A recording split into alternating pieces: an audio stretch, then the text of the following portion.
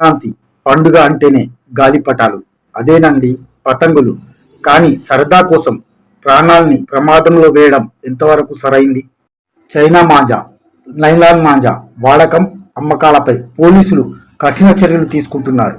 ప్రజల భద్రత, పక్షుల రక్షణ దృష్ట్యా ఈ ఏడాది ఇప్పటి వరకు నిషేధిత మాంజా విక్రయిస్తున్న 53 మందిపై కేసులు నమోదు చేశారు.